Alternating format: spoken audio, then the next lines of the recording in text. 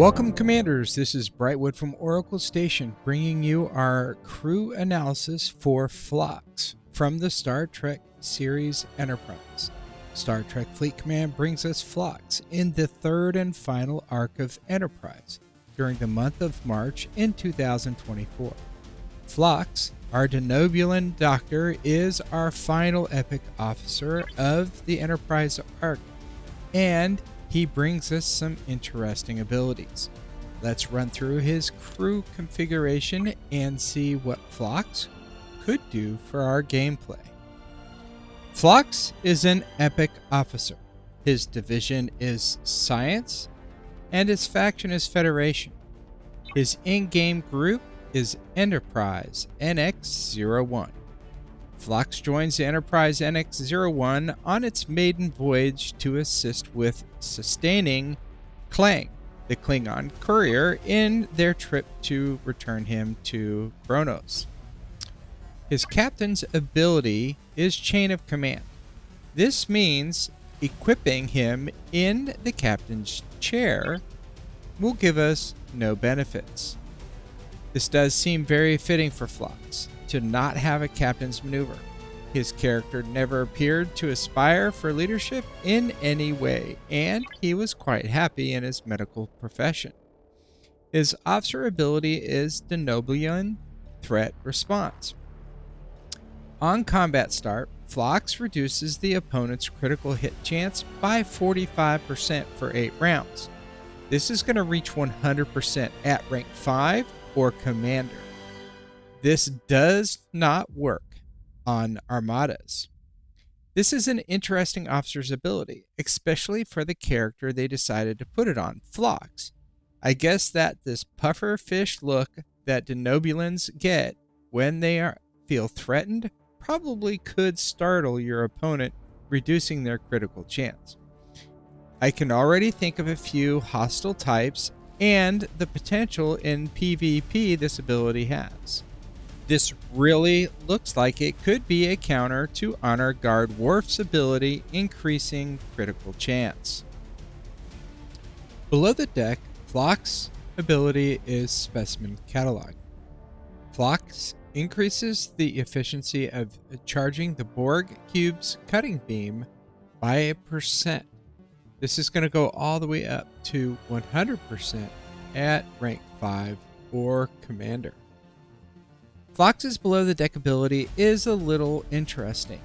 This ability was changed during the release because of an issue that was identified where our loot increasing officers were actually working on the Borg cutting beam already.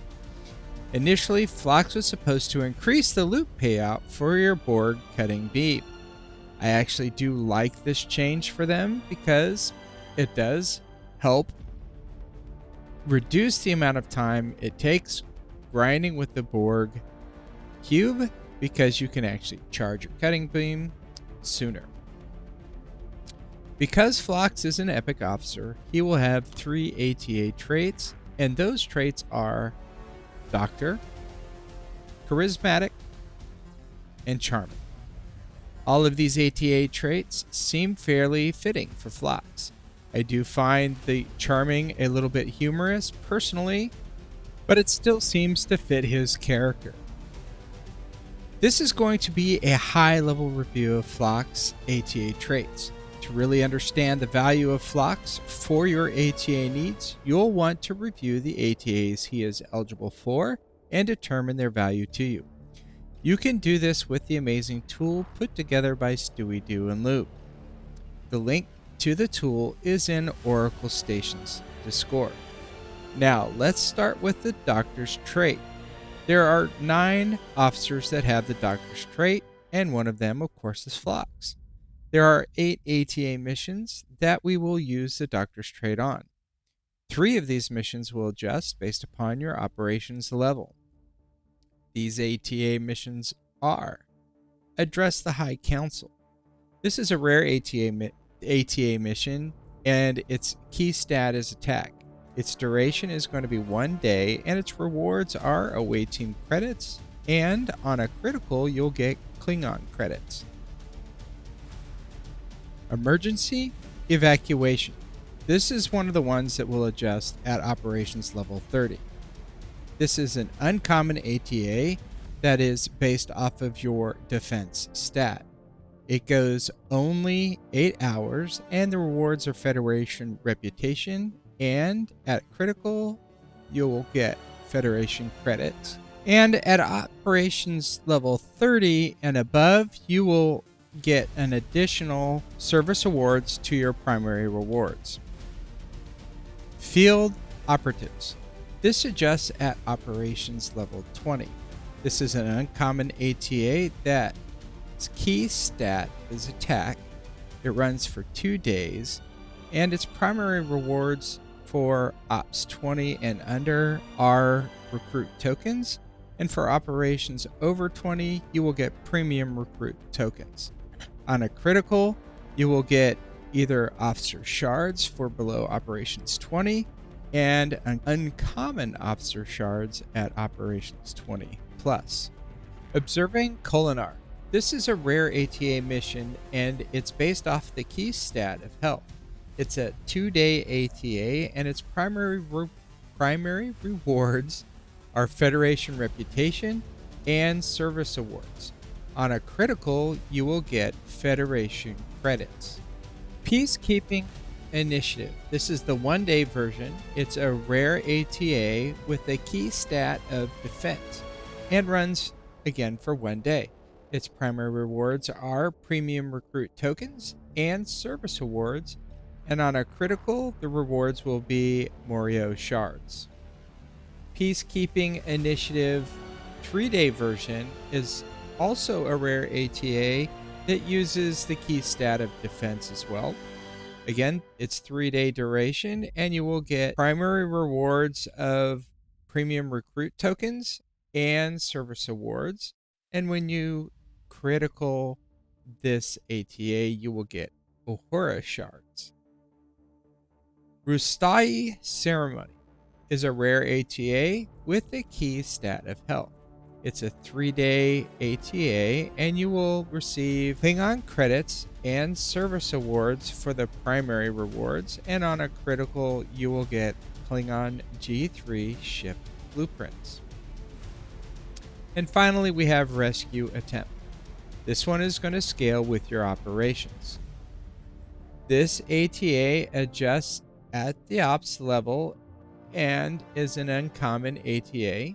Its key stats are attack, and it will run for either 8 or 12 hours depending on your operations level. The primary rewards are repair speed ups, and at Op 30s, you will get service awards as well.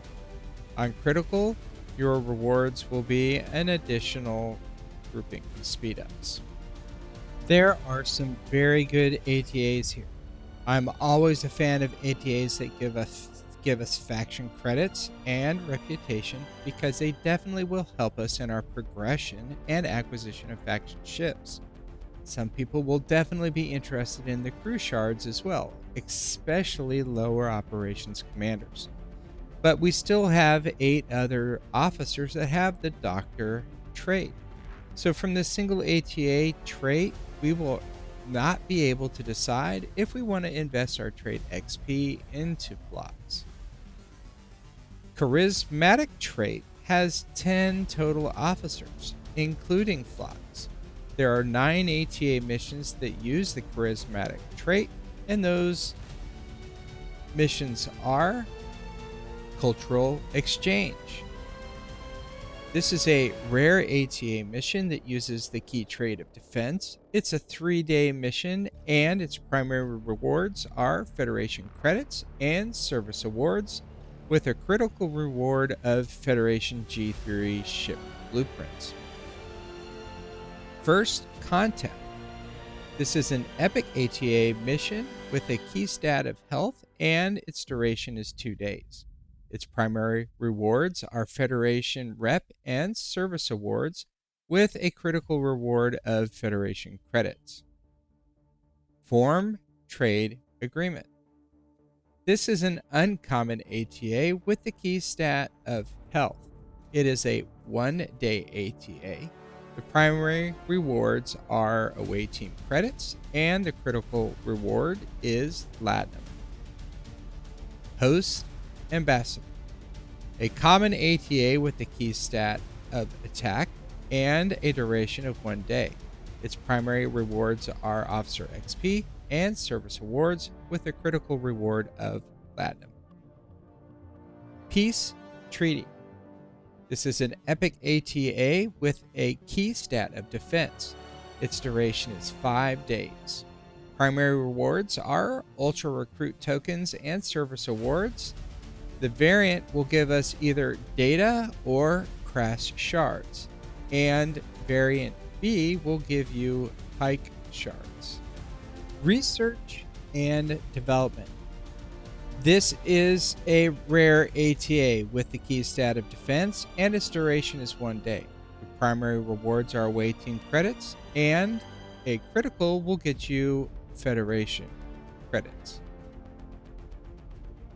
Senate Hearing is an uncommon ATA mission with the key stat of health, and its duration is 1 day. The primary rewards are Romulan reputation and service awards, with a critical reward of Romulan credits. Undercover Mission. This is a rare ATA mission with the key stat of attack, and its duration is 2 days. The primary rewards are Romulan reputation and service awards. On a critical, we will get Romulan credits. And finally, War Zone Reclamation. This is an epic ATA with the key stat of health, and its duration is 5 days. The primary rewards are G4 interceptor parts and service awards. The critical rewards will be Klingon ship blueprints. There are some great ATAs in this list, some of them giving very nice rewards like faction credits and reputation. I also favor ATAs that give us crew shards unless they are 5-day ATAs, but that's my preference. They may be of great value to you and worth the 5-day run. Again, we still have 9 other officers that have the charismatic trait. So at this time, I still am not seeing much benefit on investing our trade XP into Phlox. Charming is going to be a little bit different of an ATA trait. This trait goes up to 4 officers with the release of Phlox. And with this limited number, we may start to see a reason to want to invest trade XP into it. But before we decide, maybe we should take a look at what those ATA's missions are. There are only 3 ATA missions with the charming trait. First one is Form Trade Agreement, and we've already kind of gone over that one. Second one is Peacekeeping Initiative, the 1-day variant, which we've already had as well. And finally, Peacekeeping Initiative 3-day variant, which we've also already covered. All 3 of these ATA missions, Phlox has 2 traits on. Reviewing all 3 of these ATAs, you can actually maximum crit them with other officers, not needing your Phlox. And I think this is a good thing, because as we dive into seeing how we're going to be using Phlox, I don't think we're going to want to be sending him off on away team assignments. Oracle Station is going to rate the interest in Phlox for ATAs as a medium. This rating doesn't mean that we're going to want to send him off on our ATA assignments though. It just means that he could be beneficial on a lot of ATA missions, and some of them are very good. And with him being dual trait on 3 of these away team assignments, he may have high value for away team assignments for some commanders. Now that we've gone over Phlox's profile, what are his advantages and disadvantages? Starting out with his advantages, his officer ability is going to reduce the critical chance, hands down. This is in PvE and PvP.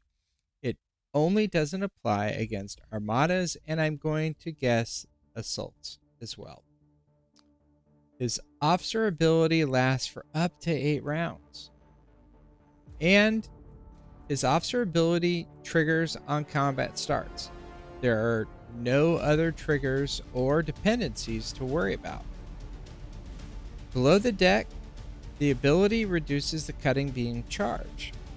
And I really like this because we could always use a little help charging up that cutting beam a little bit faster. He also has some very good ATA traits. His disadvantages that I can see so far are his officer ability doesn't work on armadas, and again, I'm going to guess it doesn't work on assaults as well. His below the deck ability is for just the Borg cube, so it really makes him worthless anywhere else below the deck until you get him maxed out and you're using stats. And his officer ability actually nullifies the need for Trip's officer ability in most scenarios. So he's kind of counterintuitive in adding him on the bridge for synergy with Archer and Trip, other than getting the maximum synergy for Archer. Phlox is going to be a very interesting to test out. His officer ability has a lot of potential in PvP and now in PvE. It doesn't seem to have great synergy though with the other officers in his group. Trip will be useless if we counter all of the critical chances of the opposition. We must consider this when crewing Phlox on our ships. Below the deck is very specific. There's only one use for Phlox below the deck, and that's going to be on our Borg cube. This is fairly straightforward and will probably be where we start when we get to the application testing part of his analysis. And now that we've run through Phlox's configuration, we've been able to identify the few ways that we're going to actually be able to use Phlox with our crew builds. Below the deck will be the easiest application of him. We will put him below the deck on our Borg cube specifically and see how much reduction he gives us on the charging time of our cutting beam. Then we can put him on the bridge. Since he doesn't have a captain's maneuver, we will have to use him in an officer's seat. We know that he will work in both PvE and PvP activities, so we will give him a run on both of those scenarios if possible. Phlox below the deck is going to help us to decrease the charge time for our cutting beams. So if you're running your Borg cube, you will want to make sure that you always have Phlox below the deck if you have him. For example, if you're normally hitting 5 hostiles to fully charge your Borg cutting beam, then at Ensign, he will give you 1 whole hostile reduction to getting fully charged. I don't want to get into too much detail about your bridge crew with this because ultimately it's about leveraging Phlox below the deck. But you'll want to run your best possible loot crew on the bridge of your Borg cube. This will increase the rewards that you will get from your cutting beam. An example of a good crew for your bridge would be Enterprise E Card, Enterprise E Data, and 5 of 11. Then you'll put Phlox and your best supporting below the deck officers to support your bridge crew. Tom Paris and Hugh are 2 great options. I took my Borg cube out into Hesser, the level 50 freebooter space, and here I would normally get about a 33% charge without Phlox below the deck. So I wanted to see how Phlox would do, and as you can see here, I got a 40.9% charge off of a hostile that I would normally get 33%.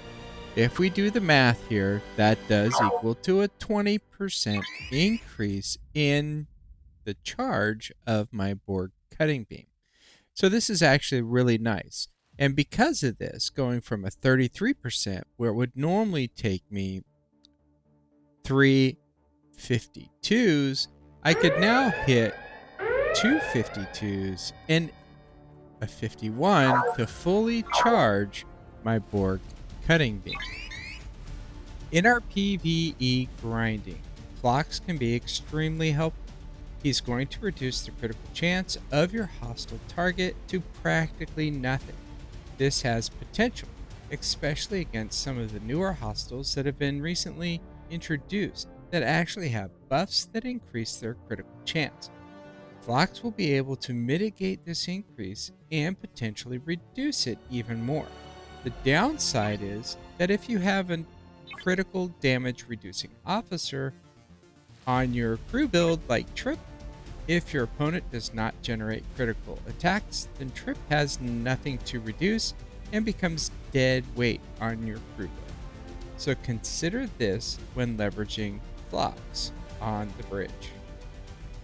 Perfect example is this setup on my Q Sampec with Archer, Phlox, and Trip. As you can see here, the freebooter interceptor did not shoot a single critical shot because it was mitigated by Phlox. And because of this, Trip didn't have any damage to mitigate. So definitely want to keep an eye on this and make sure that when you do pair the two of them together, you're doing it on a hostile that is going to also fire critical shots. For example, the silent enemies have an increased critical chance. So Phlox will reduce the amount of critical shots, but then Trip has the ability to reduce the amount of damage those critical shots will do. But in this scenario, I'd also argue that Trip would be better because he would mitigate or reduce the amount of damage the more critical shots your opposition fires. In my testing, I ran several different builds with Phlox, and I found that he works fairly well in most of them. But the overall configuration itself was what was most important against several of the hostiles. For example, against freebooters, I had really good luck with Janeway, the Doctor, or Jonathan Archer, and Phlox. And below the deck, I, of course, put my Q, I put my mitigation officer, Paris, and I ran some damage increasing officers as well.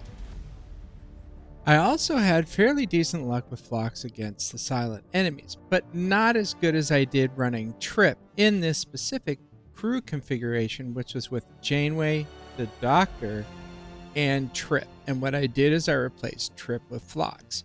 And although I didn't get near as many hostiles as I was with Trip, I was still doing fairly good with Phlox. The problem is when you mitigate the critical damage, or the critical chances, you're still going to get a normal damage hit done towards you instead of crit.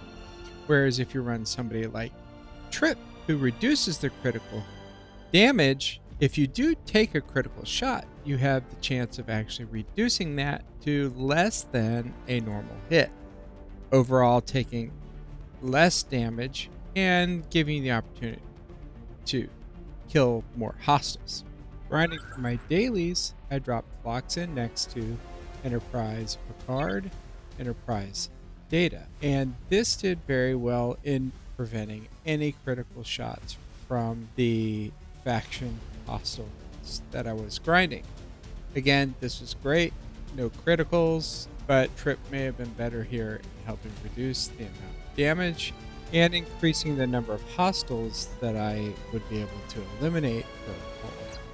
While testing Phlox, I was reminded how different crew will react for each of us commanders based upon our research, our faction boons and our artifacts and just everything that's come into the game now just really impacts the performance of these officers for us differently.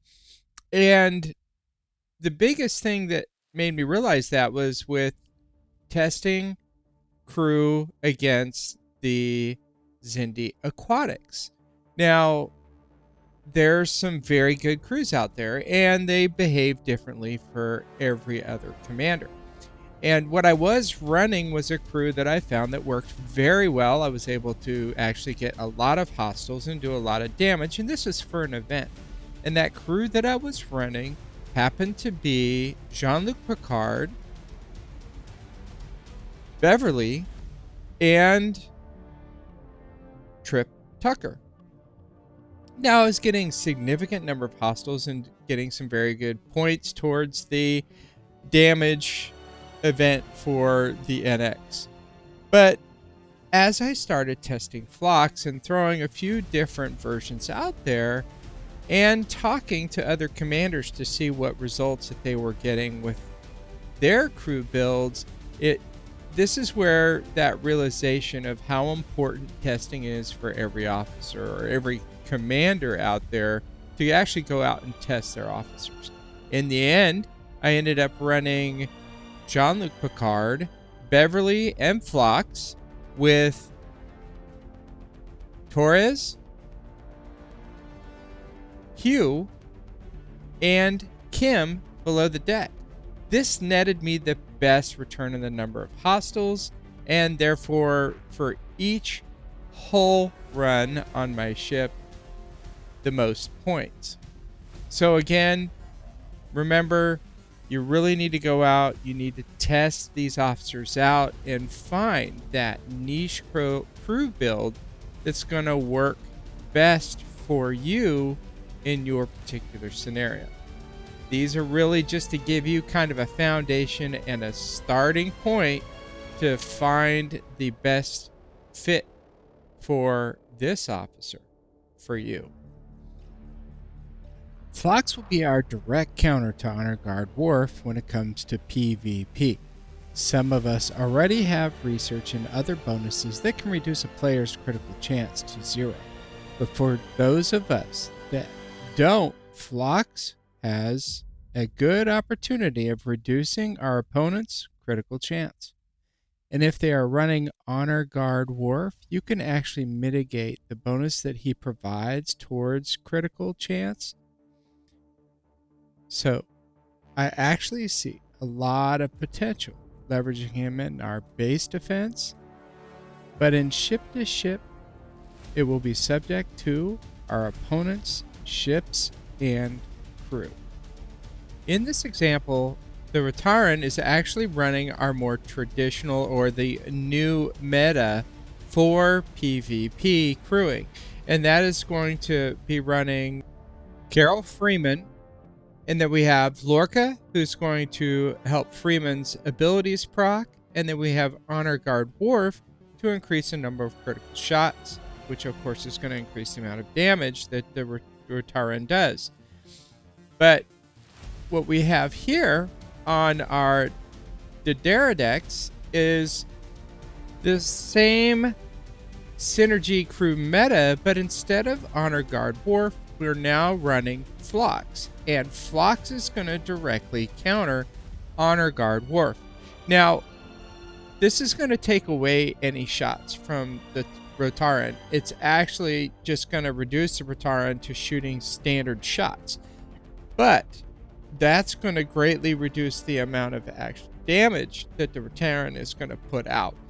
And in this case, that will give the edge on the Dideridex, especially if the correct crew are below the deck, to further enhance the performance of the Dideridex as well. And in this scenario, we have our meta, which is Carol Freeman, Lorca, and Honor Guard Worf. And both ships are basically crewed exactly the same, except for the difference between Honor Guard Worf and Phlox. Now, if both of these were running Honor Guard Worf, And really, depending on a little bit of initiative and stuff like that, you would obviously think that the one on the left would, by nature, win. Again, whoever was initiating the attack may play a factor in that as well. But in this particular case, the one on the right, the 64, was actually Ceratos buffed and also had a fortification running on it. And even with those two and the meta crew setup, the Phlox build was actually able to overcome that and win in this PvP scenario. Again, we may not see the same results when we do this ourselves because there is a lot of difference in research. We're basically our faction boons and then our artifacts out there that all are coming into play and how well these officers are going to work for us. Based on Phlox's officer ability, it says on combat start against players. Phlox is going to reduce the opponent's critical hit. Now, I'm covering this because as we read it, we would expect Phlox to work in our base defense. But on confirming with Scopely, Phlox does not activate in base defenses. So if you do try him in your base defense, he's not going to benefit you in any way. Well, we really have learned a lot about Phlox during our application evaluation of him. And I think that is going to have a huge impact, maybe, on his advantages and disadvantages for commanders. So let's go back and review our advantages and disadvantages and see how much they have changed now that we've gone through and actually used Phlox. So reviewing his advantages. Again, his officer ability reduces critical chance, and we found out this does work in both PvP and PvE. His officer ability does last for 8 rounds, which is nice because most combat interactions don't go this long. His officer ability does trigger on combat start, and that means there's no other interactions that we need to depend on. His below the deck ability reduces the cutting beam charge time, and it's actually helpful even at tier 1. And he does have some great ATAs that, well, his traits are great ATAs that can be leveraged in some pretty good ATA missions. Now, his disadvantages. And here's where we actually have some changes to our disadvantages list.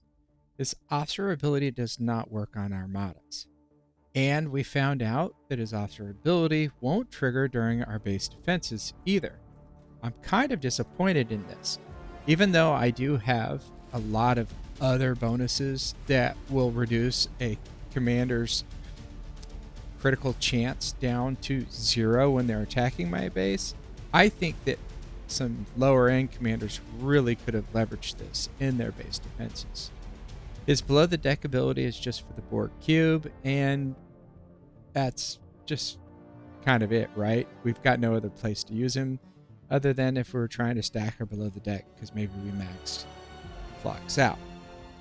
And then finally, his officer ability actually counteracts with Trip's officer ability in most scenarios. Now, we did find out that there are some hostiles that we could still leverage both of them against. For example, the silent enemies, which have a high crit chance, and so we could reduce that crit chance and on top of that reduce the critical damage that they do. But leveraging the two of them together was not the optimal build for killing silent enemies, unfortunately. And unfortunately, as always, with new characters introduced into the game, the sourcing path, or a permanent sourcing path, has not yet been established for Phlox. It will, however, be interesting to see what they decide they will do for sourcing for all of the NX-01 crew. But for now, look for him in special events and special store packs. I would definitely keep my eyes out at the syndicate events that they've been trying to run every other week. We most likely will see Phlox show up there as well. Phlox is actually a pretty decent officer for us in the game. Why do I say that though? Well, he's good below the deck for the job that he's doing below the deck. Granted, he's only useful on the board cube below the deck, but he is valuable nonetheless on our cube below the deck. He is also useful in both PvE and PvP activities on the bridge, despite he will not trigger in base defenses or against armadas. I'm actually finding that I am leveraging him daily in my hostile grinding. He will definitely get used against the Xindi aquatics, and I will definitely be using him against silent enemies as well, especially for events that require me to do damage versus obtain loot. So, Oracle Station is going to rate Phlox as a nice to have. And the reason we're going with nice to have is because he is not going to be essential for any commander to have. And he doesn't work in armadas or base defenses. I think if he did work in those, we'd probably bump him up into a must-have. Again, please remember, this is Oracle Station's rating that is more of a generalized rating for most commanders. Your interest in Phlox specifically may not be at a medium level or a nice to have level and be at a low or not interested at all. And the reason for that is you may not be interested in PvP, or you might not be ready to start the Xindi or silent enemies yet in your game progression. So please keep this in mind when you review this evaluation of Phlox and determine his value to you. Check out our website for more videos. And join us in Discord using the link in the video description to continue the discussion and get access to more resources. We hope you found the video informative and helpful. If so, please give us a thumbs up and share. We look forward to your comments and suggestions. Live long and prosper, Commander. This is Brightwood from Oracle Station, signing off.